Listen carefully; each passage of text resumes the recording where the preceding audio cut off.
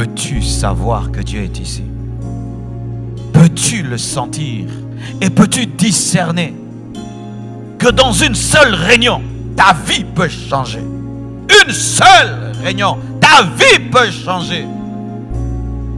Le feu de la Pentecôte qui a embrasé la vie de Pierre est tombé en un instant. C'était un tout à coup. Mais voyez les résultats du tout à coup.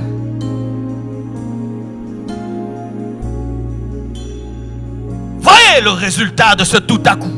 Ils avaient soif, ils avaient soif, ils avaient soif. Et tout d'un coup, le feu est tombé sur eux. Et plus jamais ils n'ont été les mêmes. Mes frères, nous sommes en train de parler du réveil de Boston. Et vous savez à quel point la franc-maçonnerie est présente dans cette ville. Comment pensez-vous que vous pouvez influencer cette nation sans être embrasé par le feu du Saint-Esprit? C'est impossible. Jésus n'a pas envoyé des religieux gagner les extrémités de la terre. Il a envoyé des hommes embrasés, des hommes enflammés, des hommes revêtus de puissance. Mais ces hommes avaient payé le prix de la chambre haute. Ils avaient payé le prix de la chambre haute. J'aimerais un peu te parler de la chambre haute. Des fois que vous nous voyez ici, c'est beau, il y a des lumières. Mais si je te raconte mes journées, si je te racontais mes journées, si je te raconte ma vie, je passe ma vie dans une chambre.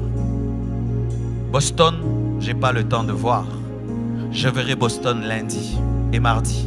Et peut-être même pas s'il y a trop de gens pour qui je dois prier. Je vis dans une chambre et je prêche dans une chambre. Je prêche dans une chambre. Le prix à payer. Le prix à payer. Le médecin qui opère les cerveaux, le prix qu'il paye pour être capable de sauver les hommes. Il fait des études de 10 ans, de 12 ans. Et il est tout le temps assis, on l'enseigne. Pendant que ses amis jouent, il est en train d'apprendre. Et demain, il peut opérer ton cerveau et te guérir d'un cancer. Vous voulez ou vous ne voulez pas. Les choses de Dieu, ce ne sont pas des jeux, mes frères. Veux-tu cette vie? Voulez-vous vraiment bouleverser cette ville? Vous devez vous enfermer. Vous devez rater des choses. Pendant que les autres s'amusent, vous devez être à genoux. Pendant que les autres font ce qu'ils veulent, vous devez mourir à cela, afin de donner la vie aux autres. Si vous n'êtes pas prêt à payer ce prix, vous êtes en train de vous amuser à venir à l'église sans comprendre les enjeux. Vous devez vivre à genoux, vivre à genoux, vivre enfermé, jusqu'à ce que le déclic aura lieu. Car si vous ne payez pas le prix, sachez que les occultistes payent le prix. Certains ont offert leurs femmes, ont offert leurs enfants pour que Satan vienne régner dans la ville. Ils ont donné ce qu'ils avaient de précieux. Ils ont accepté que tous leurs enfants meurent. Ils ont fait des sacrifices humains. Ils ont donné de leur sang. Certains devaient vivre jusqu'à 70 ans. Ont accepté de mourir à 30 ans pour que seulement Satan passe par eux. Ils ont fait des sacrifices donnant leur vie. Certains ont fait des pactes avec le diable. Ils ne peuvent pas regarder derrière eux. Certains ont fait des pactes avec le diable. Ce sont des serpents qui les apparaissent. Certains ont fait des pactes avec le diable. Ils n'ont pas le droit de dormir. Certains ont fait des pactes avec le diable qui ne peuvent dormir dans une maison. Il faut entendre les pactes qu'ils acceptent. Mais les chrétiens, Dieu vous demande de jeûner.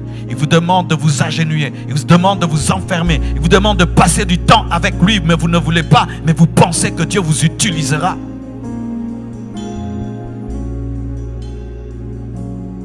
C'est pourquoi chaque fois que quelqu'un me dit « Je veux ton onction », je ne crois plus en cela. Tu ne peux pas avoir l'onction d'un homme de Dieu. Je vais t'aider à avoir ton onction. Parce que si tu dois avoir mon onction, tu dois avoir mon histoire.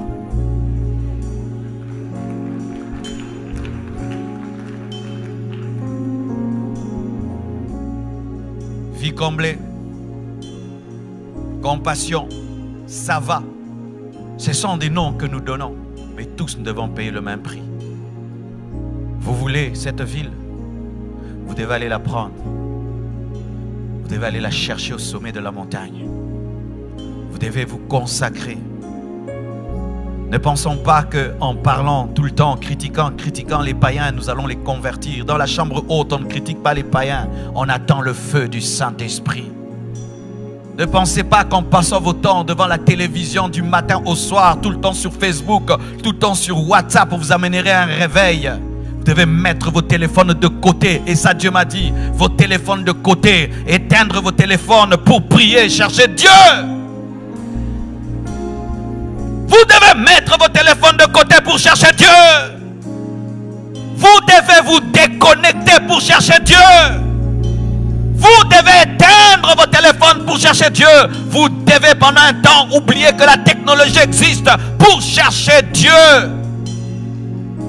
Mais tant que vous serez tout le temps connecté, tout le temps disponible, vous serez indisponible à la voix de l'Esprit. Car lorsque Dieu voudra vous parler, vous serez en train de parler à quelqu'un.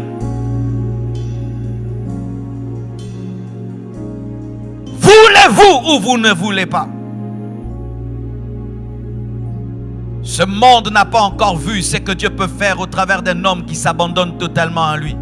Le monde n'a pas encore vu ce que Dieu peut faire au travers d'un homme qui s'abandonne totalement à lui. Si aujourd'hui tu t'offres à Dieu comme un sacrifice vivant et tu montes sur l'autel de la croix, il va te consumer par le feu du Saint-Esprit et de là sortira un puissant serviteur de Dieu.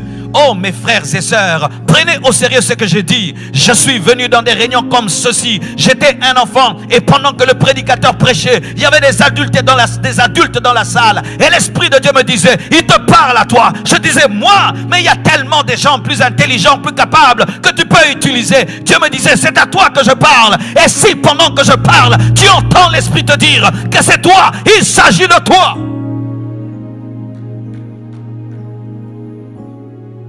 À quoi ça nous sert de dépenser autant d'argent, de louer tout ceci, cette salle, et de dépenser en hôtel, en avion, en cela, pour vous faire plaisir et vous divertir? Et vous divertir. Des billets d'avion payés, des hôtels payés, nourriture payée, des sons payés, musique payée. Et nous venons, nous écoutons, nous papotons, et nous papotons, et nous papotons tout cet argent jeté.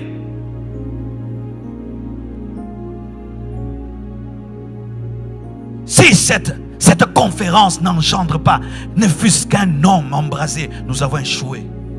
Il fallait que je reste au Congo. Il fallait que je reste au Congo. Il fallait que je reste au Congo.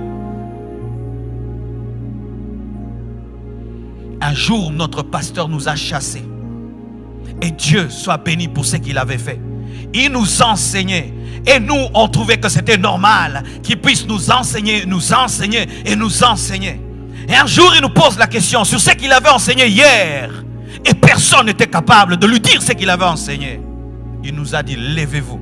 Je perds mon temps. Rentrez chez vous. On pensait que c'était de la blague. Il nous avait chassés. Et nous sommes rentrés. Et on a dit, il a raison. Comment nous sommes incapables de nous rappeler ce qu'on nous a enseigné hier? Est-ce que vous vous rappelez ce que j'ai enseigné hier?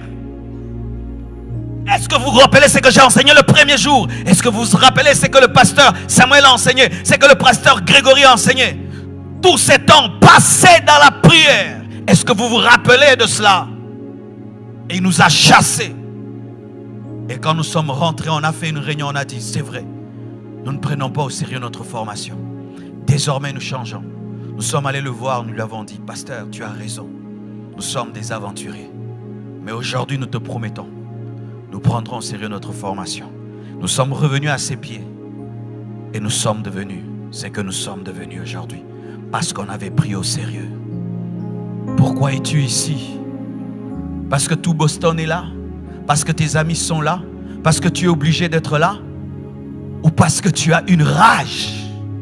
Tu as une rage, une soif, une insatisfaction, un désir ardent que rien ne peut satisfaire. Aucune maison, aucune voiture, aucune relation, rien que Dieu.